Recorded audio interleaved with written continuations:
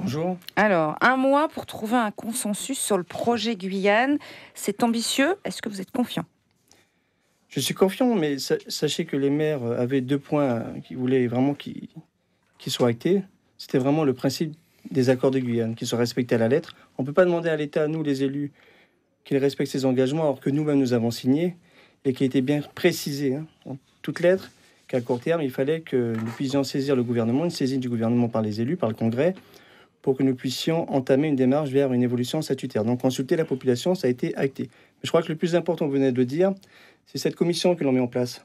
Cette commission qui va définir le projet Guyane. Parce que ce n'est pas le projet de la CTG, ce n'est pas le projet des maires, ni celui des parlementaires. C'est vraiment le projet Guyane, où toutes les parties doivent être là. On s'est fixé un calendrier assez short, une fois toutes les semaines, un mois. Vu le nombre de personnes qu'il va y avoir dans cette commission... Bien sûr, mais je crois qu'on nous a suffisamment fait comprendre qu'il était urgent d'attendre. Moi, je dis qu'il est urgent de faire, et s'il faut le faire, il faut le faire. Donc c'est une fois toutes les semaines, on va le faire. Définir ce projet qui sera commun pour tous, et j'espère qu'on aura encore une fois le consensus qu'on a eu malgré tout au Congrès. Alors 2 ans, 3 ans, 4 ans, on le voit par exemple Saint-Barthélemy, Saint-Martin ont mis plusieurs années avant d'obtenir l'autonomie. C'est long du coup. La loi Guyane en attendant, c'est une bonne idée? En attendant, vous l'avez dit, oui. Pourquoi? Puisqu'on le voit bien, on sort du Congrès des maires de France où tous démissionnent les uns après les autres en cascade parce qu'il n'y a plus de moyens. Et comme je l'ai rappelé au Congrès des maires, des choses très saluées, c'est que nous, dans les Outre-mer, pas qu'en Guyane, mais encore plus, on a encore plus de difficultés que les maires de l'Hexagone. Donc donnons plus de moyens à la CTG. La CTG, je le rappelle à tous ceux qui étaient là, c'est pas Rodolphe Alexandre, c'est pas Isabelle Patient, non, c'est la CTG. C'est notre CTG à nous.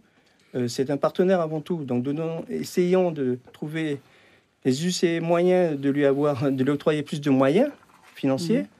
Peut-être dans ce cadre, on verra. Mais le fait d'obtenir donc cette loi Guyane, comment on s'assure que derrière l'évolution statutaire va pas être un peu remise au calendrier grec, voire carrément jetée aux oubliettes? Non, je pense pas. Nous avons acté le principe, je rappelle, à l'unanimité. L'unanimité, tout le monde. Il n'y a pas eu d'abstention, rien, j'étais là. Donc, je ne pense pas. Le gouvernement va être saisi. Ça va être acté à la prochaine plénière de la CTG. Donc, je ne vois pas pourquoi ce sera remis à plus tard. Optimiste. Merci beaucoup, David Richer. On vous retrouve dans un instant pour parler de toute autre chose. Cette fois, on va parler électricité. Restez avec nous en deuxième partie de Mayuri Info. On ira à La Réunion pour voir ce qu'a annoncé Annick Girardin, pas Brigitte Girardin. Et puis, nous parlerons donc de ces contrôles sur les pétards pour les fêtes de fin d'année.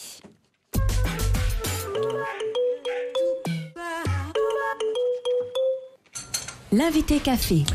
L'invité café, un syndicat d'électricité en Guyane, pour quand et pour quoi faire? Nous en parlons ce matin avec le maire d'Ouroura, président de l'association des maires, David Richer. Bonjour David Richer. Bonjour Monsieur Torres. Alors cela fait un moment que l'on annonce. Où en êtes-vous de la création de ce fameux syndicat d'électricité? Vous l'avez dit, ça fait un moment, ça fait plus de 20 ans qu'on en parle, les premières démarches. Et aujourd'hui, en 2018, on y est encore. Alors pourquoi un syndicat? Il faut partir d'un constat. 80% de la population à l'électricité, il en reste une bonne partie, notamment 40% sur l'intérieur qui n'ont pas accès à l'électrification. C'est une chose. Et le fait de dire quand même que seul département, c'est nous les Guyanais qui n'avons pas de syndicats, ça me pose un sérieux problème. Donc nous avons tenté, c'est l'association des maires, on est parti sur 2 grands projets. C'était le premier sur l'octroi de mer, nous l'avons réglé, c'est un gros morceau. Le deuxième gros morceau, c'est syndicat. Donc nous avons fait une première tentative qui n'a pas échoué. Nous avons quand même établi des statuts, mais c'était compliqué, faute de moyens financiers. Là, on voit que notre association des maires dégage à peu près 28 000 euros d'excédent chaque année, ce qui nous permet maintenant de financer des études.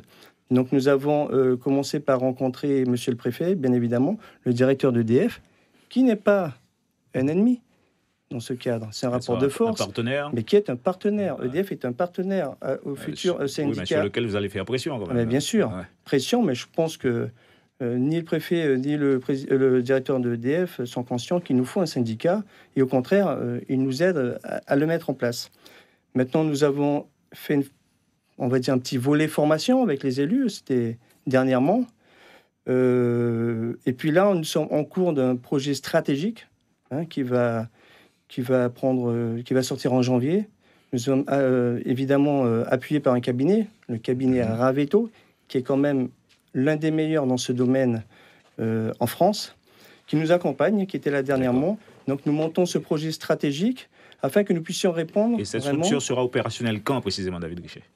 Alors quand nous sommes vraiment lancé un défi. Oui. Le défi, c'est juin 2019. J'espère que l'arrêté préfectoral de la création de ce syndicat mixte d'électrification sera pris en juin 2019. Alors, en tous les cas, c'est le but. Pour la précision, je rappelle que ce projet est porté par l'Association des maires, mais c'est le maire de Sinnamary, Jean-Claude Madeleine, qui en est le référent sur ce dossier. Qui appartient à César, Véronique Betts. Alors, désolé d'être basique, mais un syndicat, ça sert à quoi? Enfin, un syndicat dans ce domaine. Sert à ce qu'on voit aujourd'hui. Vous voyez, Roura, moi, je n'ai pas de contrat de concession. Il faut savoir qu'il n'y a que 4 communes qui ont un contrat de concession avec EDF, ainsi que la CCOG. D'ailleurs, ce sont les meilleurs en Guyane, la CCOG. Il faut saluer ce travail. C'est pas pour autant que ça va mieux au niveau de l'électricité. Non, mais en termes de consommation, par exemple, du fonds FACÉ, fonds d'amortissement des charges d'électrification, quelques millions qu'il y a en Guyane, ce sont vraiment la CCOG, je vous garantis. Parce qu'aujourd'hui, en Guyane, on n'est pas comme dans certaines communes à Paris. Il y a plus de coupures qu'ailleurs. Non, là, eux, ils ne sont pas à l'origine des coupures. Eux, ils sont là pour construire, donc pour mettre des lignes de courant, pour donner l'électricité à leurs concitoyens. Maintenant, c'est EDF. Que les contrats de concession ne sont pas respectés, alors? C'est EDF qui produit et qui distribue. Maintenant, pourquoi faire ce syndicat d'électrification? On est mieux ensemble que tout seul.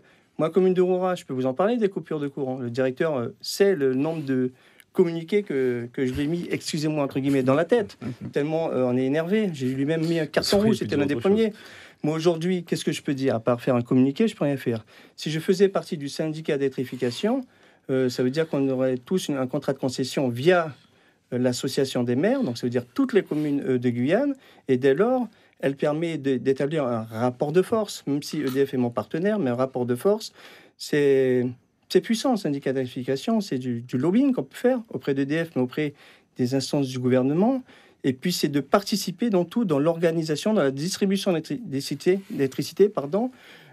et puis dans la qualité. Aujourd'hui, la qualité, elle est où? Enfin, pour certaines communes, c'est catastrophique. Cela signifie qu'à terme, les iguanes et autres termites ne seront plus sur le réseau. Vous savez, il nous faut toujours des lanceurs d'alerte. Aux caricatures, mais oui, mais il y a toujours un animal sur les fils. Mais peut-être demain, ce sera un autre. Mais justement, on a vraiment besoin d'être ensemble, d'avoir cette force. Et quand on parle de force, elle est évidemment avant tout financière. Aujourd'hui, ce sont quelques millions pour la Guyane, alors qu'on doit, nous, construire un réseau. Il y en a qui doivent enfuir leur réseau pour faire joli. Nous, on n'est pas dans l'enfouissement. Pour l'instant, on est dans faire du réseau. C'est pas une usine à gaz de plus concret? Ah non, mais au contraire. Là, s'il y a bien un dossier qui doit sortir en Guyane, c'est bien celui-ci. Vous vous rendez compte qu'on est les seuls à pas en avoir? Enfin, moi, ça me pose une question. C'est pas une usine à gaz, non? Il peut y avoir des experts autour de la table. Moi, David Richet, je vous parle d'électrification. Sincèrement, c'est pas mon domaine. C'est pas mon domaine. L'association des maires, c'est vraiment a mis les moyens pour qu'on sorte ce syndicat. C'est pas mon domaine, c'est le domaine de certains. Ça reste très technique. C'est pour ça qu'on se dote d'un cabinet qui a vraiment l'expertise pour nous accompagner, pour le mettre en place. Donc je vous dis, juin 2019, j'espère qu'on pourra signer l'arrêté. Mais est-ce que ce syndicat, David Richet, aura vraiment les moyens d'agir face à EDF, qui a quand même ces difficultés d'entreprise, qui a ces problèmes, toujours dénoncés par les syndicats, le manque de personnel, la difficulté aussi de notre territoire, avec que vous connaissez. Est-ce que face à EDF, vous aurez quand même les moyens? Si EDF vous dit, moi je peux pas parce que j'ai personne pour intervenir sur une coupure chez vous. Il faut attendre passer le week-end, etc. Qu'est-ce que vous faites? Moi, je pose la question autrement. Comment on fait aujourd'hui? On fait rien. Comment on fait? À part faire un communiqué et dire que ça ne va pas et que vous relayez, merci. C'est tout ce qu'on fait aujourd'hui. Donc, il est temps de réagir. Réagir, c'est ce qu'on fait avec les communautés de communes. C'est ces petites communes qui font des grosses communes. Mais ça veut dire quoi? C'est vous qui allez faire à la place d'EDF, finalement? Mais non, on ne produit pas d'électricité. D'ailleurs, on pourrait. Non, mais par exemple, sur la construction du réseau. On pourrait, mais on participe. On y participe dans le cadre de la PPE, Programmation pluriannuelle de l'énergie. Le syndicat, sans moi dire. Et le syndicat, c'est pas que les maires. Le syndicat, vous y mettez l'État, vous y mettez les maires, vous y mettez la CTG et EDF. Donc je veux dire, c'est pas les maires entre eux qui font leur syndicat, c'est tout le monde. Donc non, je vous dis, c'est très puissant le syndicat d'électrification. Vous allez voir, c'est très respecté. Et vous avez qu'à regarder en Martinique, en Guadeloupe ou à La Réunion, regardez comment ils sont respectés, ou encore même en Corse. Maintenant, on cherche, nous, en ce moment, notre modèle, puisque finalement, même le cabinet Ravetto, la question lui disait, vers quel modèle on se rapproche le plus? Il nous disait, aucun. Vous êtes vraiment à part avec ce grand territoire, avec ces sites isolés que vous avez, des sites autonomes. Donc, on doit vraiment créer de toutes pièces un syndicat à la carte pour la Guyane. Eh bien, David Richer, nous prenons date pour juin 2019 pour la création. Je viendrai couper le ruban avec mes collègues, avec le collègue maire de Sinnamary, dans vos studios. Très bien, pour la création de ce syndicat de l'électricité ou d'énergie, qu'est-ce qu'on dit précisément? D'électricité, nous sommes pas. Bon, là, on va rédiger également les statuts dans ce laps de temps, mais j'aimais bien le mot d'énergie. Je ne veux pas dire de bêtises, puisqu'il n'y a pas que. Il y a d'autres énergies. Ça sera l'œuvre de votre mandat? Pas de mon mandat, du mandat de nous les maires, mais je tiens à ce qu'il sorte ce syndicat. Bon, sinon vous restez sur votre position, pas de nouveau, vous ne briguez pas de nouveau mandat. Non, je l'ai dit il y a 3 mois, une question d'un journaliste qui me posait tout naturellement la question.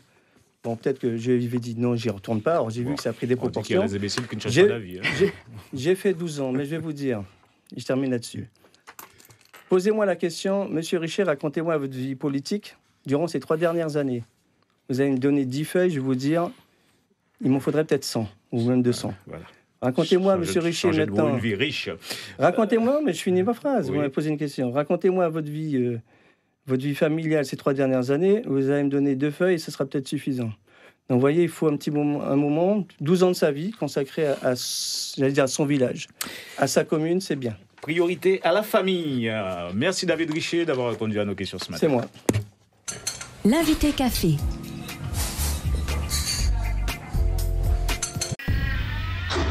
Suivez l'info sur Guyana Première, télé, radio et Internet.